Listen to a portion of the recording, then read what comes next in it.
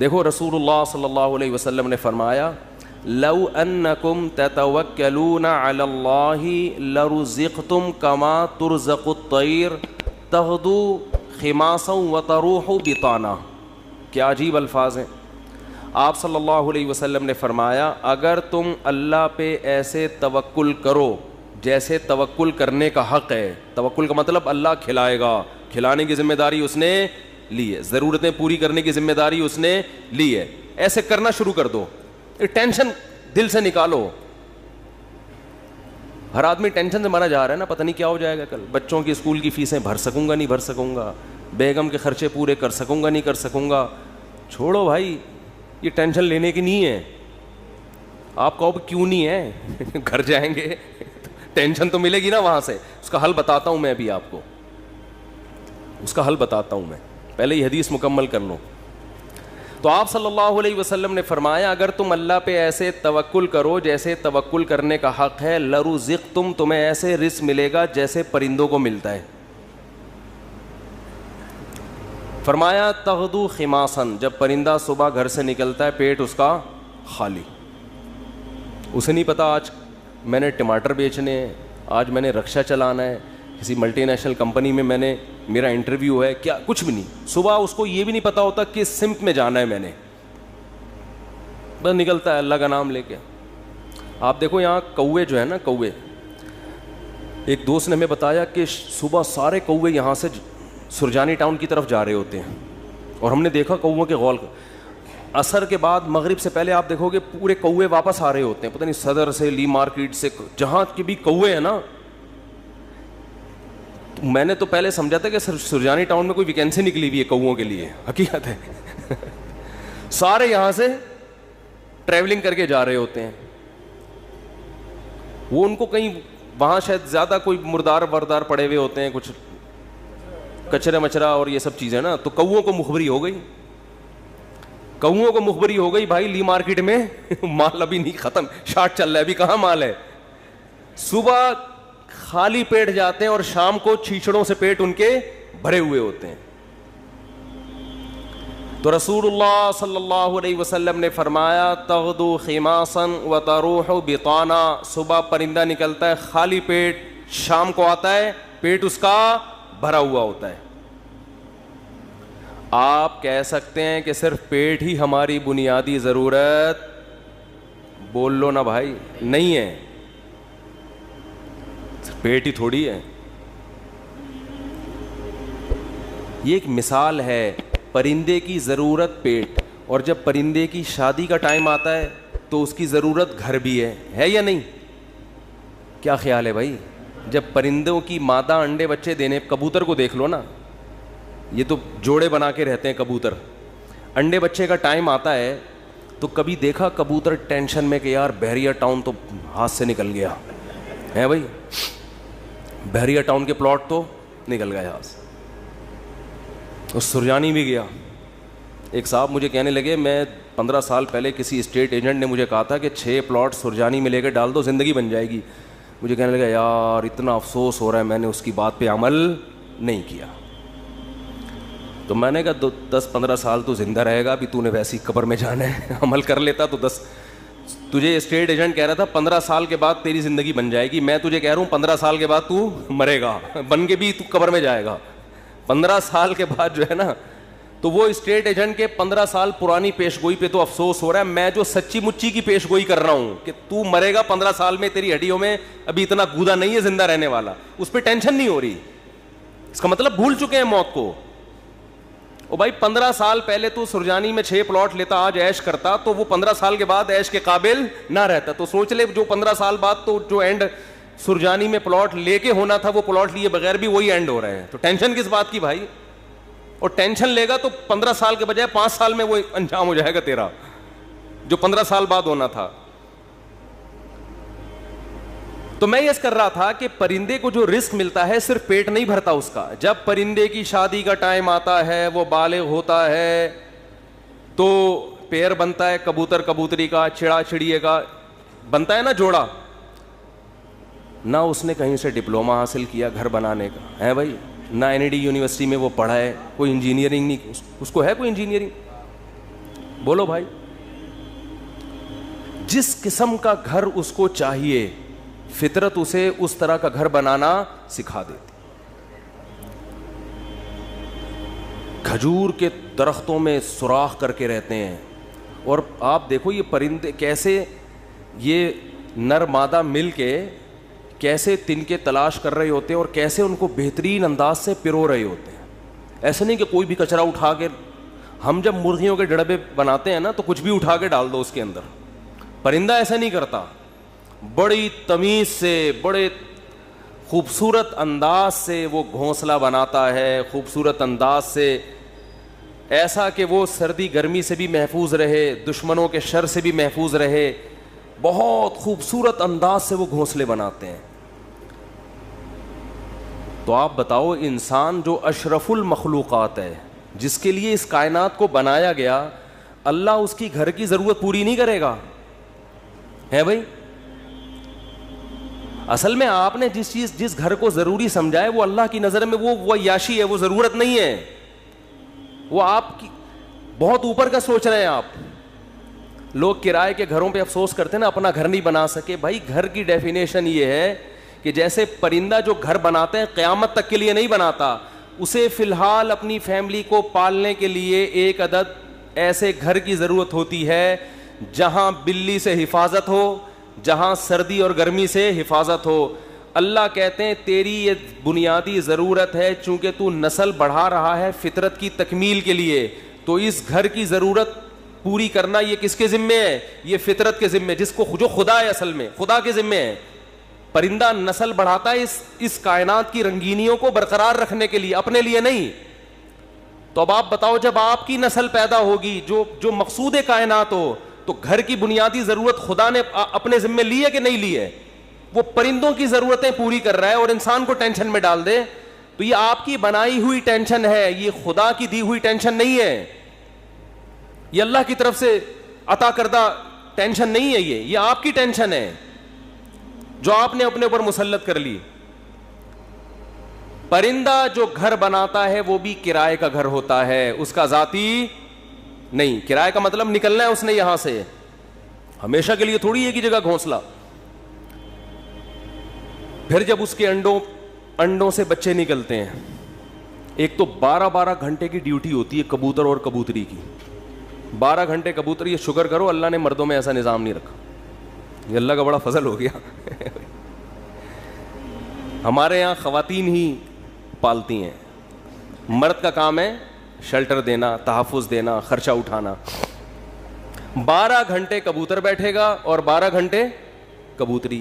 اب کمانے کا ٹائم کم ہو گیا, کیا خیال ہے؟ پہلے 12 گھنٹے دن میں کمانے میں لگ رہے تھے ان کے, اور رات میں آرام میں, ایسا ہی ہے نا. اب ذمہ داری بڑھ گئی, کمانے کے لیے ٹائم کم ہو گیا. ذمہ داری کیا بڑھ رہی ہے؟ اب اپنا بھی کمانا ہے اور اپنے بچوں کے لیے بھی دانا لے کر آنا ہے. ٹائم کم ہے کمانے کے لیے اور کھانے والے زیادہ.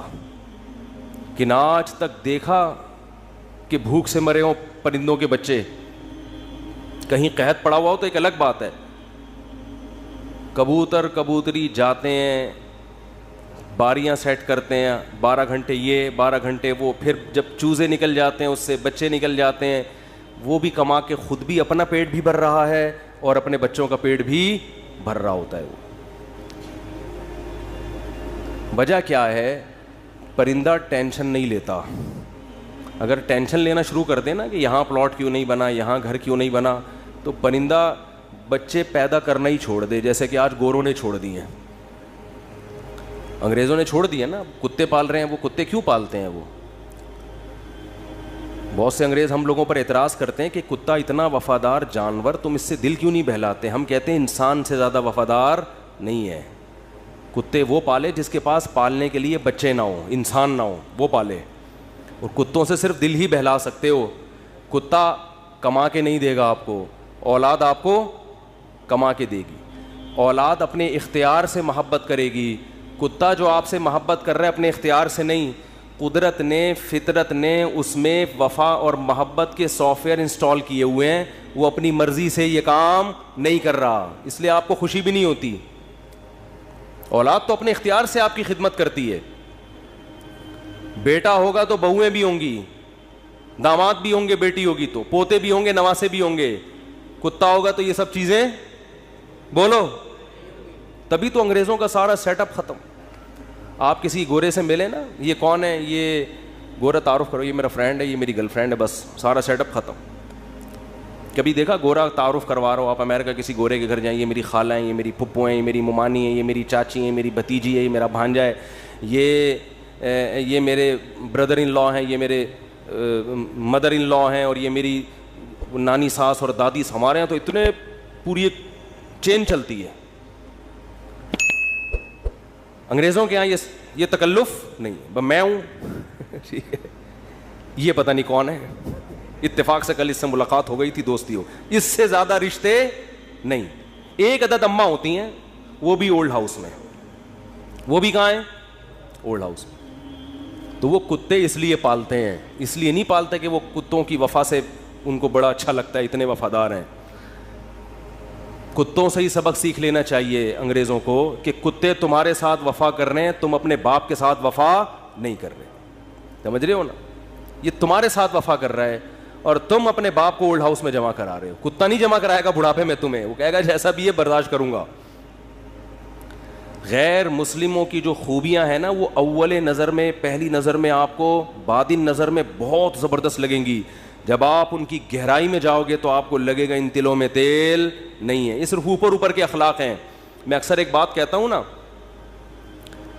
کہ لوگ اکثر ہمیں کہہ رہے ہوتے ہیں کہ انگریزوں کے اخلاق بہت اچھے, تھینک یو, بات شروع کرنے سے پہلے 3 دفعہ تھینک یو. جیسے ہمارے کوئی وظیفہ جب بتایا جاتا ہے نا, تو شروع میں اول آخر 11 دفعہ درود شریف پڑھیں.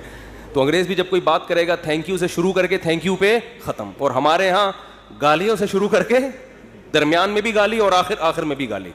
اتنا وہ تھینک یو نہیں کہتا جتنی ہمارے ہاں گالیاں ہیں.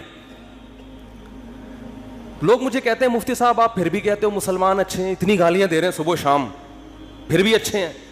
اور انگریز ہر بات میں مسکراتا ہے تھینک یو, پھر بھی. میں کہتا ہوں بھائی وہ تھینک یو پہ پیسے خرچ نہیں ہو رہے.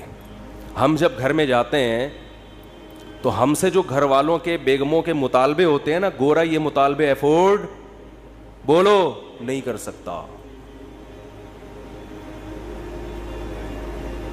ہم گھر والوں کو گھر مہیا کرنا کس کی ذمہ داری ہے؟ یہ جو بحریہ ٹاؤن کے پلاٹ کے لیے مچل رہا ہوتا ہے تو بیگم کی وجہ سے ٹینشن میں ہوتا ہے. بیوی نہ ہو تو روڈ پہ بھی زندگی گزر جاتی ہے. گھر کروڑوں روپے کا گھر لے کے دے گا, بچوں کے لیے پراپرٹی خرید رہا ہوگا, میں مر گیا تو بچوں کا کیا ہوگا. انگریز کرتا ہی ہے کہ میں مر گیا تو بچوں کا کیا ہوگا, کہ گورنمنٹ پالے گی, میں تھوڑی پالوں گا. ہمیں پتا ہے کہ بھائی ہم نے انتظام کر کے جانا ہے ان کے لیے. پھر محلے کے خراب لڑکوں کے ساتھ تو نہیں بیٹھ رہا, صبح شام یہ ٹینشن. دعائیں کرا رہے ہوتے ہیں مولوی صاحب کے پاس, مولوی صاحب دعا کرو میرا بچہ آج کل چرسیوں میں اٹھ رہا بیٹھ رہا ہے, دعا کرو کچھ انسان کا بچہ بن جائے. گورے کو یہ ٹینشن ہوتی ہے. کبھی دیکھا گورا پادری کے پاس گیا ہو کہ میرا بچہ جو ہے وہ چرسیوں میں آج کل بیٹھ رہا ہے؟ پادری کہے میں تو خود پیتا ہوں. پادری کہے گا میں تو خود پیتا ہوں, پی لیا تو کیا ہو گیا, کیا کر لے گا. وہ تو ٹینشن فری لوگ ہیں بھائی, ریلیشن ہی نہیں ہے ان کا. پھر بیگم کے بھائی گھر میں آ رہے ہیں تو اس کو پوچھا کیوں نہیں. ایک صاحب نے بتایا میرا اتنا پھڈا ہو گیا گھر میں, ایک دن میرا سالہ آ گیا, میں کہیں دماغ میرا حاضر نہیں تھا, میں نے اس کو چائے کا پوچھنا بھول گیا. میں کہہ رہا ہے جو میری بیگم نے ہنگامہ کیا ہے کہ میرے بھائیوں کو پوچھتے نہیں ہو اتنی. اور یہ عورت کے لیے ٹینشنیں اٹھا رہا ہے مرد. کس کے لیے؟ عورت کے لیے. گرل فرینڈ نہیں رکھی ہوئی اس نے, پوری زندگی کی ٹینشن. اس کے باپ کو بھی باپ بنا لیا, اس کی ماں کو کیا بنا لیا, اپنے ابا بھی تھے. اپنی انگریز اپنے ابا اماں کو اولڈ ہاؤس میں جمع کر رہا ہے. ہمارے سچی مچی کے ابا اماں پہلے سے تھے, ہم نے جناب ایک مدر ان لا اور فادر ان لا کو بھی لے لیا ہم نے. وہ کہہ رہے ہیں ہم ایک باپ سے تنگ ہیں, تم 2 باپ پال رہے ہو یار. اور میرے فلسفے پر عمل کرے تو 5 باپ, اگر میرے فلسفے پر آ جائے 5 عدد مائیں اور 5 عدد باپ, اور ہول سیل کے حساب سے سالے. سالوں کی تو کوئی انتہا ہی نہیں ہے نا. گرل فرینڈ کا بھائی آپ کے معاملات میں دخل اندازی بولو نہیں کرے گا کہ تم نے قائد اعظم کے مزار کا ٹائم لیا ہوا تھا, پہنچے کیوں نہیں. کبھی ہوتا گرل فرینڈ کا بھائی آپ کو فون کرے, یار میری سسٹر سے تمہاری دوستی اور تم ٹائم پر اس کو دے نہیں رہے. اس لیے گورا گرل فرینڈ رکھتا ہے, مسلمان نکاح کر کے ٹینشن لیتا ہے.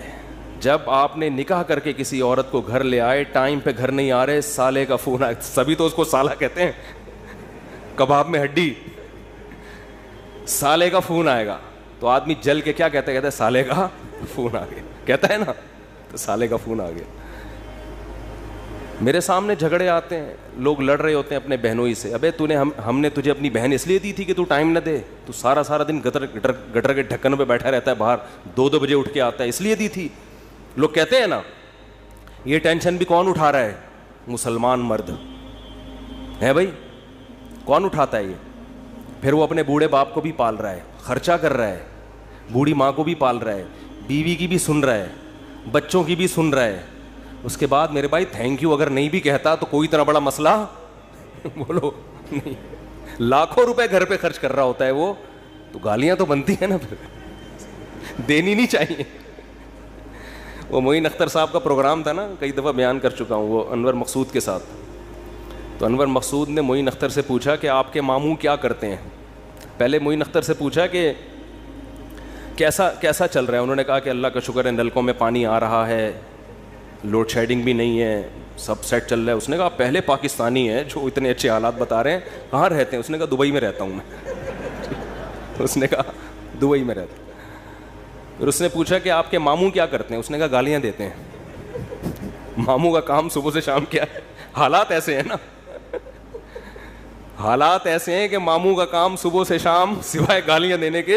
انگریز کچھ دن یہاں رہ کے جائے, جیسے معین اختر کے ماموں گالیاں دیتے تھے نا, انگریز انگلش میں ایسی گالیاں دے گا. کچھ دن یہاں رہے تو صحیح, یہ تو ہمارا حوصلہ ہے. تو اس نے کہا گالیاں کیوں دیتے تھے؟ اس نے کہا مالک مکان پانی کے پیسے لینے آ گیا, تو ماموں اس کو لے گیا, بولا تو ایک لوٹا بھر کے دکھا. پانی ہے نہیں, پانی کے پیسے لینے آ رہا, تو ایک لوٹا بھر کے دکھا.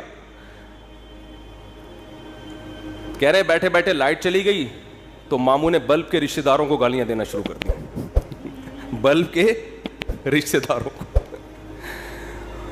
تو ہم جس ماحول میں رہتے ہیں, مسلمان کا بہت بڑا ظرف ہے. وہ ایک عورت کے لیے بڑی قربانیاں دیتا ہے, بڑی اس کو عزت کے ساتھ گھر میں لے کر آتا ہے. اس کے بچوں کی کفالت, اس کے باپ کو عزت دینا, اس کے بھائیوں کو عزت دینا, اس کی ماں کو عزت دینا. تو میرے بھائی اس کے بعد اگر 4-6 گالیاں کبھی وہ نکال دے, تو ہمارے نبی صلی اللہ علیہ وسلم نے عورت کو حکم دیا ہے کہ وہ اپنے شوہر کی فرما برداری کرے. نبی نے کیا فرمایا؟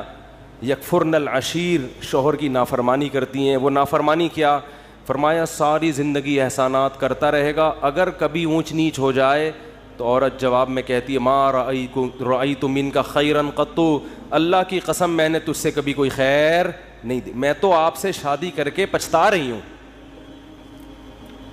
اور پچھتاتی بھی 3 بچے پیدا ہونے کے بعد ہیں کہ جب آدمی کے پاس اس سوال کا کوئی جواب بنے ہی نہیں کہ اب پچھتا رہی ہے, تو بھائی ریورس بچے کہاں لے کے جاؤں گا میں. وہ صبر کے علاوہ اس کے پاس کوئی آپشن نہیں ہوتا. تو ایسے میں اگر انگریز یہ ٹینشنیں اٹھائے, بوڑھے باپ کی بھی, بوڑھی ماں کی بھی, اور بیوی کی بھی, اور بچوں کی بھی, اور سالوں کی بھی, اور ساس کی بھی, اور سسر کی بھی, پھر دیکھنے تھینک یو سے بات کیسے شروع کرتے ہیں, اور تھینک یو پہ کیسے. وہ ایک صاحب کہنے لگے یار اتنے اچھے اخلاق ہیں. میں نے کہا کسی انگریز سے بولو 50 روپے دے, گالی دے دے مجھے یہ تھینک یو نہیں چاہیے. وہ کہے گا 50 روپے نہیں دوں گا, تھینک یو جتنا لینا ہے. یہ فری پھوکٹ کا تھینک یو ہے بھائی, یہ فری پھوکٹ کا تھینک یو ہے. ایک دھیلے کا خرچہ اٹھانے کے لیے تیار نہیں ہے کسی کا بھی. تو خیر میں جلدی سے بات کو سمیٹ کے ختم کروں, وقت پورا ہو رہا ہے. تو رسول اللہ صلی اللہ علیہ وسلم نے فرمایا پیسہ کمانے سے منع نہیں, پیسے کو مسلط کرنے سے منع کیا. ہدف یہ نہ بناؤ. دیکھو پرندہ یہ نہیں کرتا کہ اللہ پہ توکل کرے تو اب گھونسلے میں ہی دھرنا مار کے بیٹھ گیا, میں نے صبح جانا ہی نہیں ہے. یہ کوے جتنے ہیں نا یہ وہیں بیٹھ گئے, لیاری میں بیٹھ گئے اور سرجانی ٹاؤن میں بیٹھ گئے کہ چھوڑو یار اللہ پہ توکل کرنا ہے, رزق خود بخود یہیں آئے گا. اللہ نے کہا نہ تمہیں نکلنا پڑے گا. تو آپ صبح نکلو رزق کے لیے, لیکن تسلی رکھو کہ شام کو انشاءاللہ پیٹ بھرا ہوا ہوگا, میری بنیادی ساری ضرورتیں پوری ہو چکی ہوں گی. اور جب میری اولاد کا ٹائم آئے گا اللہ بچوں کا خرچہ بھی میری جیب میں ڈالے گا. ٹینشن نہ لو کہ 2 بچے ہو گئے تو 3 بچے ہو گئے تو کہاں سے کھلاؤں گا. جس اللہ نے تجھے کھلایا بھائی وہی. دیکھو ماں کی چھاتیوں میں دودھ پہلے پیدا ہوتا ہے, بچہ بعد میں پیدا ہوتا ہے, یہ بتانے کے لیے کہ اس کا پیدا کرنے والا اس کے رزق سے غافل نہیں ہے. ہر چیز میں گوروں کی طرح کیلکولیشن نہ کیا کرو بیٹھ کے. گورے کیا کر رہے ہوتے ہیں, دیکھ رہے ہوتے ہیں میرے پاس ابھی $10,000 ہیں تو ایک بچہ ہو گیا تو اس میں اتنا کیلکولیشن کر کے اتنا بچ رہا ہے, اتنا انویسٹمنٹ کیا, دوسرا ہو گیا تو یہ تو کیلکولیٹر کہہ رہے یہ نہیں ہو سکتا. قرآن کیا کہے گا, او بھائی تو پیدا تو ہونے دے. دیکھو اگر ہم نے یہ دودھ کا پروسیس نہ دیکھا ہوتا تو ہم تو اس ٹینشن میں ہوتے بچہ پیدا ہوگا تو میں تو 2 کلو دودھ اور بھینس کا لگوانا پڑے گا مجھے, میں تو خرچہ نہیں اٹھا سکتا. اللہ کہتے ہیں پیدا ہونے دے, اس کی ماں کی چھاتیوں میں دودھ اسی وقت پیدا کروں گا جب یہ پیدا ہوگا, اس سے پہلے نہیں. ہم کہتے ہیں نہیں پہلے پیدا ہو ہے بھائی, پہلے ماں کی چھاتیوں میں دودھ آئے پھر ہم دیکھیں گے ہاں بھائی آگے ہے دودھ, اب بچہ پیدا ہوگا. اللہ کہتے ہیں نہیں, مخلوق کو آنے دو پہلے, رزق بعد میں آئے گا اس کا. تو اس لیے بھائی رزق کمانا ہے, رزق کی ٹینشن نہیں لینی. اب آپ کہہ سکتے ہو کہ ٹھیک ہے ہم رزق کی ٹینشن نہیں لیتے, کماتے ہیں, لیکن ہم تو دیکھ رہے ہیں کمانے کی کوشش کر رہے ہیں, وہ وسیم بھائی کے پاس تو اتنا پیسہ آ گیا, فلاں کے پاس تو اتنا آ گیا, میں وہیں کا وہیں کھڑا ہوں. ہمارے کزن تھے کیا ہیں, وہ تھے نہ بن جائے. وہ اکثر کہا کرتے تھے, یہ بات تو کہتے تھے اب نہیں کہتے, اللہ کا شکر اب دیندار ہے, کہتے یار مجھے ٹینشن اس بات کی نہیں ہے کہ میرے پاس پیسہ نہیں ہے, مجھے ٹینشن اس بات کی ہے کہ میرے جتنے دوست ہیں ان کے پاس آ گیا اور میں وہیں کا وہیں. تو یہ ایک مستقل ٹینشن ہے. دیکھو اس کا نبی صلی اللہ علیہ وسلم نے حل کیا بتایا ہے, پرندے کی مثال دی ہے. پرندہ کمپٹیشن میں کبھی بھی نہیں آتا, سمجھ رہے ہیں. پرندہ یہ نہیں کرتا کہ وہ والے چڑیا نے وہاں جگہ اس لوکیشن پہ گھونسلہ بنایا بحریہ ٹاؤن کے قریب اور میں لیاری ندی کے اوپر گھونسلہ, نا نا نا نا نا. پرندہ کہتے ہیں میرے لیے, میرے بچوں کی حفاظت کے لیے مجھے گھونسلہ چاہیے, لوکیشن کو وہ زیادہ اہمیت نہیں دیتا. میں دشمنوں سے میری حفاظت رہے, ٹھیک ہے نا, سردی گرمی سے میری حفاظت رہے. میں نہیں کہہ رہا آپ لیاری ندی کے اوپر گھر بنائیں, وہ تو حفاظت نہیں رہے گی آپ کی, کیونکہ ندی تو ندی ہے نا. تو آپ نے یہ سوچنا ہے کہ مجھے اپنے گھر میں تحفظ کے ساتھ, گھر والوں کے ساتھ رہنے کے لیے چھت چاہیے. یہ چھت اللہ انشاءاللہ میسر کرے گا, چاہے اپنی ہو چاہے کرائے کی ہو, یہ ٹینشن نہیں لینا ہے. یہ ٹینشن کہ میری اپنی چھت ہو کرائے کی نہ ہو, یہ آپ کی بنائی ہوئی ٹینشن ہے. اللہ نے اس رزق کا وعدہ آپ سے نہیں کیا ہے, یہ غریبی ہے, یہ غریبی ہے. بنیادی ضرورت آپ کی سالن روٹی ہوتی ہے نا. ارے بھائی آپ گئے ہوٹل میں نہاری لے آؤ, 2 روٹی لے آیا, نہاری لے آیا, ایک غریبی منگوا لو گے, 2 منگوا لو گے, اس کے بعد کیا گا بھائی یہ غریبی ہے, اصل جو پیسے تھے نا وہ پلیٹ کے تھے. اب آپ نے غریبی کو مقصود بنا لیا, آپ جاتے ہی غریبی پہلے منگوا رہے ہو کہ یار 2 نہاری کی غریبیاں لے آ. اس کو غصہ آئے گا بھائی غریبی تو ضمناً ہوتی ہے. آج جو غریبی تھی نا, ذاتی گھر غریبی ہے, یہ بنیادی ضرورت نہیں ہے. گاڑی غریبی ہے, بنیادی ضرورت W11 میں بہت اچھی طرح سے پوری ہوتی ہے. ہم نے تو بھائی 20 سال W11 میں سفر کیا ہے اور اللہ کی قسم اب ترستے ہیں کہ W11 میں بیٹھے ہیں, لیکن اب شہرت اتنی ہو گئی کہ وہ بیٹھ نہیں سکتے. اب وہ W11 والا بھی اٹھ کے آ جائے گا کہ میں نہیں چلا رہا, میں گپ شپ کر رہا ہوں آپ سے. ورنہ عامر بھائی W11 کا مزہ آپ نے لیا ہوگا نا.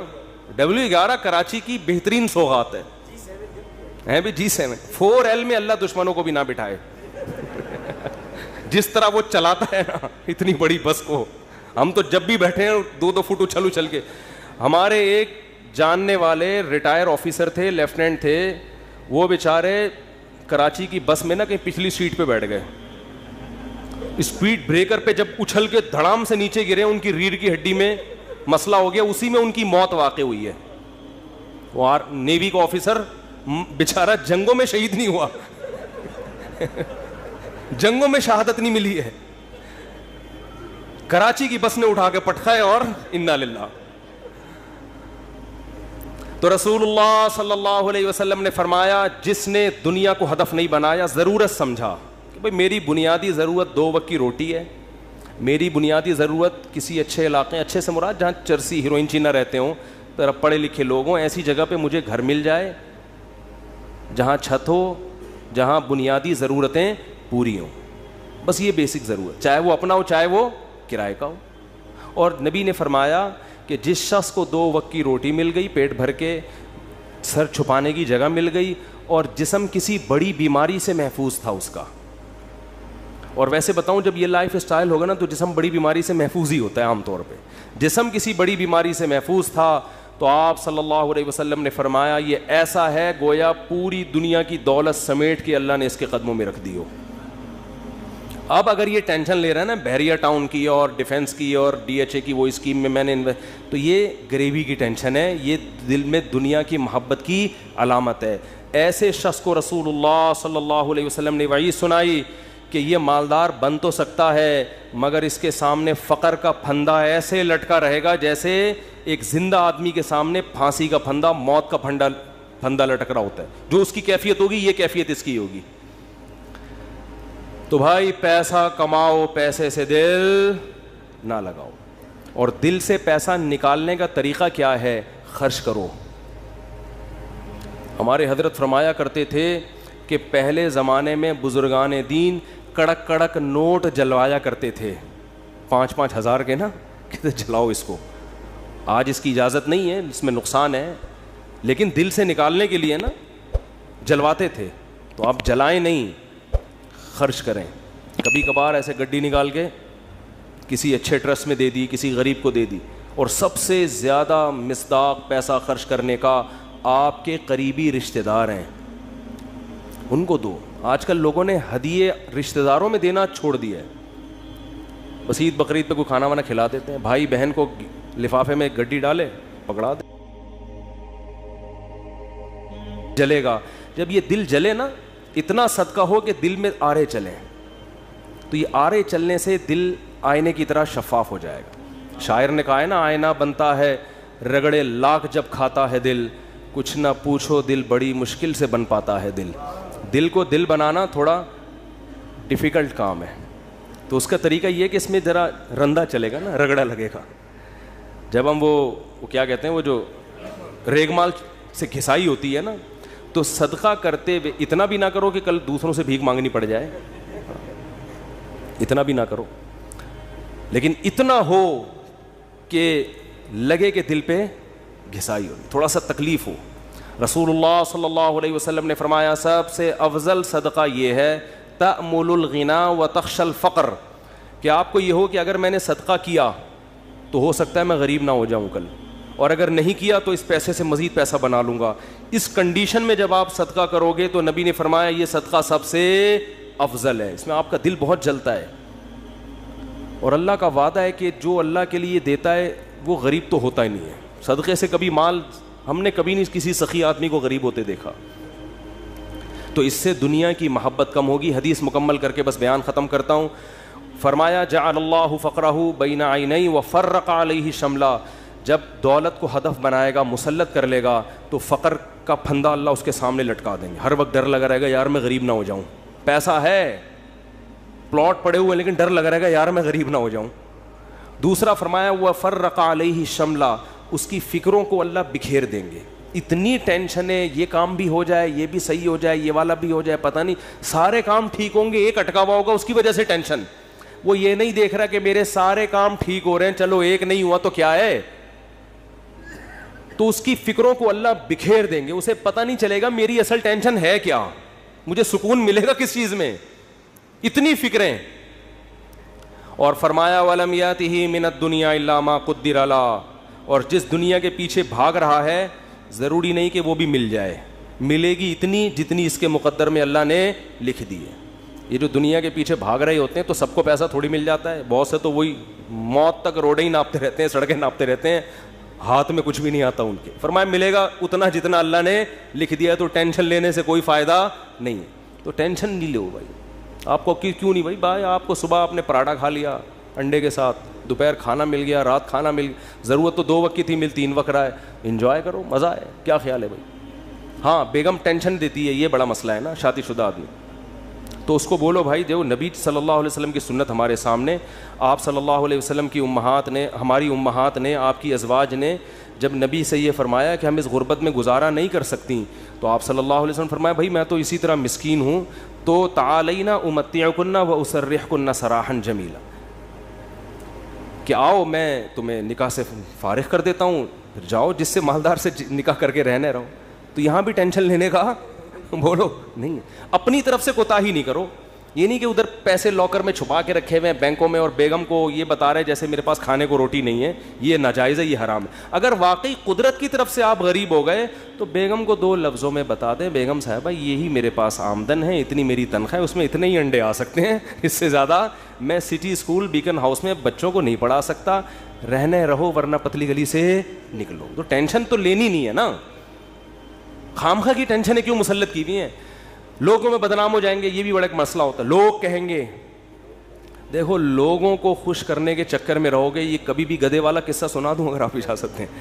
ٹائم ہو گیا ان کی وجہ سے، آج تھوڑا سا 5 منٹ. وہ ایک آدمی جو تھا، بڑی عمر کا آدمی، اپنے بیٹے کے ساتھ گدھے پہ بیٹھ کے سفر کر رہا ہے. لمبا سفر تھا، باپ گدھے پہ بیٹھ گیا، بچہ آگے آگے. تو لوگوں نے کہا دیکھو باپ ہونے کا ناجائز فائدہ اٹھا رہا ہے، خود گدھے پہ بیٹھا ہوا ہے، بچے کو، چھوٹے معصوم بچے کو پیدل کیا ہوا ہے اس نے، بے ادب بنا رہا ہے اپنی اولاد کو، پہ ترس نہیں کھا رہا. معصوم بچہ ہے، بھائی تو باپ ہے، ایجڈ، ٹھیک ہے، تیرا کمزور تو نہیں ہے نا، چھوٹے بچے کو تو نے ایسے معصوم بچے پہ ترس کھانے کے بجائے باپ ہونے کا ناجائز فائدہ. جب لوگوں نے تانے دیے، اس نے کہا چلو میں نیچے آ جاتا ہوں، بچے کو اوپر بٹھا دیتا ہوں. بچے کو جب اوپر بٹھایا تو لوگوں نے کہا ابھی سے بے ادب بنا رہا ہے بچے کو، تمیز نہیں سکھا رہا. بچے کو باپ بنایا ہوا ہے، خود کیا بنا ہوا ہے؟ بیٹا بنا ہوا ہے. تو یہ بچہ بڑا ہو کر اس کا گریبان پکڑے گا. تو اس نے کیا کیا، اس نے کہا چلو یار دونوں ہی بیٹھ جاتے ہیں. دونوں بیٹھ گئے. لوگوں نے کہا گدھا ایک ہے، بندے 2 بیٹھے ہوئے ہیں. گدھا ایک ہے، بندے 2 بیٹھے ہوئے ہیں. ترس نہیں آ رہا جانور کے، گدھے کے گدھا ہونے کا ناجائز فائدہ اٹھا رہے ہیں. وہ تو گدھا ہے، تم تو انسان ہو نا. یہی تانے ہوتے ہیں لوگوں کے. اس نے کہا چلو دونوں نیچے اتر جاتے ہیں. اب گدھا خالی. تو لوگوں نے کہا گدھا وہ ہے، حرکتیں ان کی گدھوں جیسی ہیں. بنایا اللہ نے ان کو گدھا، کام ان کے گدھوں جیسے. جب تمہارے پاس سواری موجود ہے تو بے وقوفو پیدل کیوں جا رہے ہو؟ گدھا وہ ہے، کام دیکھو ان کے گدھوں جیسے ہیں. اس نے آگے اٹھا کے دریا میں گدھے کو پھینکا، بولا ایسے ہی ٹھیک. تو بے وقوف تھے. لوگوں کو کہنے دیتے بھائی آپ کو جو سمجھ میں آ رہا ہے آپ اس پر عمل کرو. لوگ جب خود کسی گدھے کے ساتھ سفر کریں گے نا، بھگتیں گے، تو خود فیصلہ کریں گے ہم نے کیا کرنا ہے. تو اس لیے لوگوں کی ٹینشن مت لیا کرو. یہ اس کا کوئی خدا کی، لوگ برائی پہ خوش ہوتے ہیں، لوگ برے کاموں پہ خوش ہوتے ہیں، اچھے کاموں پہ لوگ خوش نہیں ہوتے. آپ نے جو کھوپڑی میں آ رہا ہے وہ کرو. جو چیز آپ کی استطاعت میں نہیں ہے اس پہ ٹینشن کس بات کی لے بھائی آدمی. دیکھو جیل میں کوئی قیدی ہو اور رہائی کا انتظام ختم ہو جائے تو ہم کیا کہیں گے اس کے، بھائی تو صبر کر، بس یہی زندگی گزار، ہنسی خوشی اسی میں خوش رہنے کی کوشش. ایک صاحب نے مجھے بتایا کہ ان کو 4 مہینے کی جیل ہو گئی اور وہ جیل بھی غلط کیس میں اندر. باہر نکلے تو بڑے فٹ فاٹ. میں نے کہا، میں ان سے ملا تو میں نے کہا جیل میں جا کے تو لوگوں کی حالت ایسی ہوتی ہے، اور غلط کیس، مجرم بھی نہیں تھے. کہتے ہیں میں جب جیل میں گیا تو مجھے نہیں پتا تھا کب نکلنا ہے میں نے یہاں سے. تو کہہ رہے میں نے کہا اب اسی کو انجوائے کرو. کانفیڈنس دیکھیں. اب کیا کرو جب ایک چیز اپنے اختیار میں ہی نہیں ہے. تو کہہ رہے میں وہاں ڈپس لگاتا تھا تاکہ تھکاوٹ ہو اور نیند آئے مجھے. اور اچھا وہ ڈولے شولے بھی نا کافی بن چکے تھے ان کے بڑے. میں نے کہا کیا کر رہے؟ کہہ رہے بھائی ہم ڈپس لگاتے تھے، اٹھک بیٹھک 400 بیٹھکیں اوپر نیچے، اور اس طرح میں سارا اور کہہ رہے جن لوگوں نے یہ کام نہیں کیا وہ دیواروں سے سر مار مار کے پاگل ہو گئے وہ. تو جو چیز اپنے اختیار میں نہیں ہوتی اس کی انسان ٹینشن نہیں لیتا. بھائی اختیار، غربت آپ کمانے کی کوشش کر لی پھر بھی نہیں آ رہے ہیں